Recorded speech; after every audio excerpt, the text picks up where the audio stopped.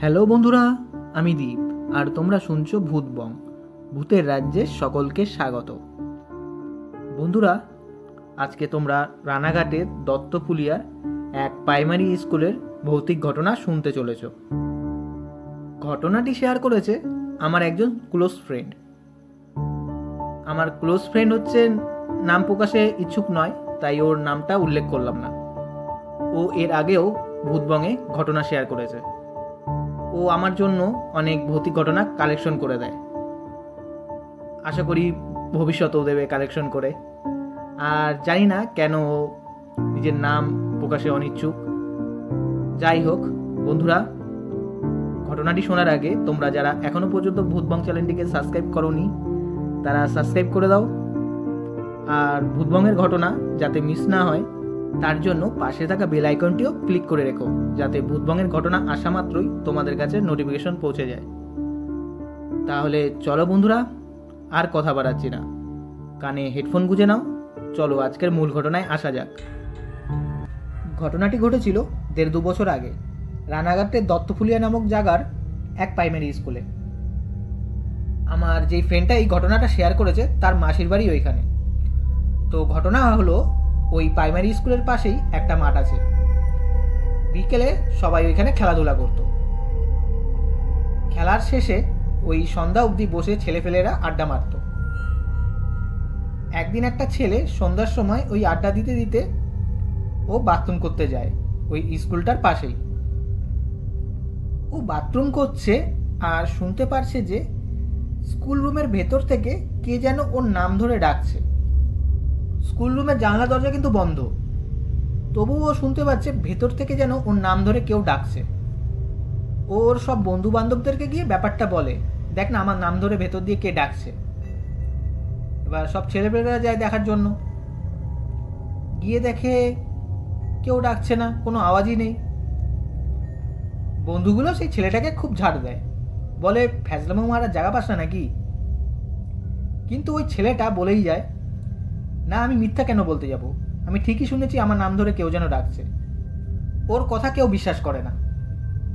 সেদিনকার মতো সবাই বাড়ি চলে যায়। তারপরের দিন সবাই প্রতিদিনের মতো বিকেলে খেলতে যায়। খেলা শেষে অন্য একটা ছেলে সেই স্কুলের পাশে বাথরুম করতে যায়। আগের দিনে ছেলেটার সাথে যেই ঘটনা ঘটেছিল ওর সাথেও একই ঘটনা ঘটে। স্কুল রুমের ভেতর থেকে যেন কেউ ওকে নাম ধরে ডাকছে। ও সেম একই কথা বন্ধুদেরকে গিয়ে বলে। বন্ধুরা আবারও স্কুলের সামনে যায়, কিন্তু কোনো শব্দ পায় না। সব ছেলেপেলেরা ঠিক করে এর রহস্য আজই বার করবে। স্কুল গেট লক করা, হেডমাস্টারের কাছে চাবি, আর হেডমাস্টারের বাড়ি অনেকটাই দূর। তবুও সেই সন্ধ্যার সময় ছেলেরা ফোন করে হেডমাস্টারকে ডেকে আনে। হেডমাস্টার রুম খোলে। সবাই দেখে ভেতরে কিচ্ছু নেই, পুরো ফাঁকা। সবকটা রুম খোঁজা হয়, কিন্তু কোথাও কিছু পাওয়া যায় না। তারপর সবাই খোঁজাখুঁজি বন্ধ করে।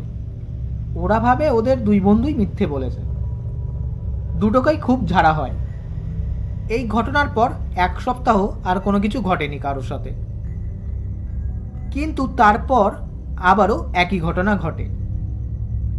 একদিন সেই ছেলেটা যার সাথে প্রথম ঘটনাটি ঘটেছিল, ওই ছেলেটা খেলা শেষে সেই স্কুলের পাশে বাথরুম করতে যায়।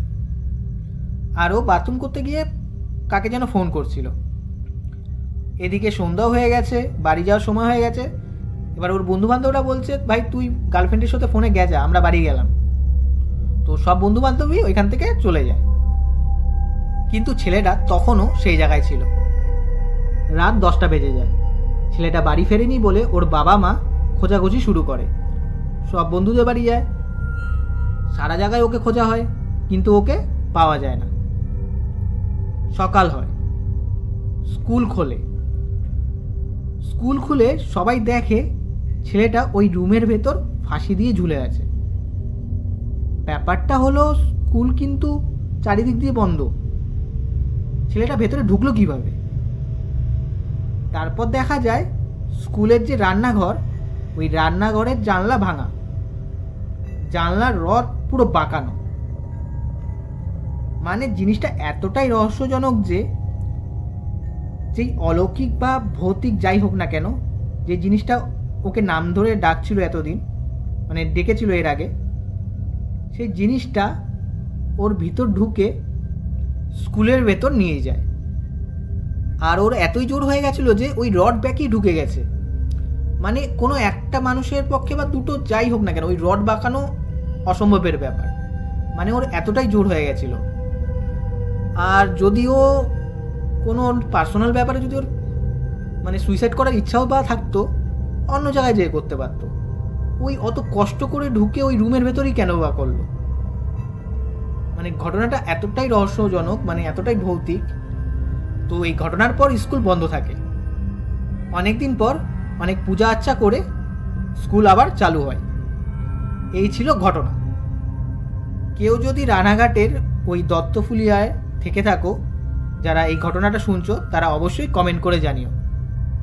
তাহলে বন্ধুরা, আজকের এই ঘটনাটা কেমন লাগলো কমেন্ট করে জানিও আর লাইক করে দিও।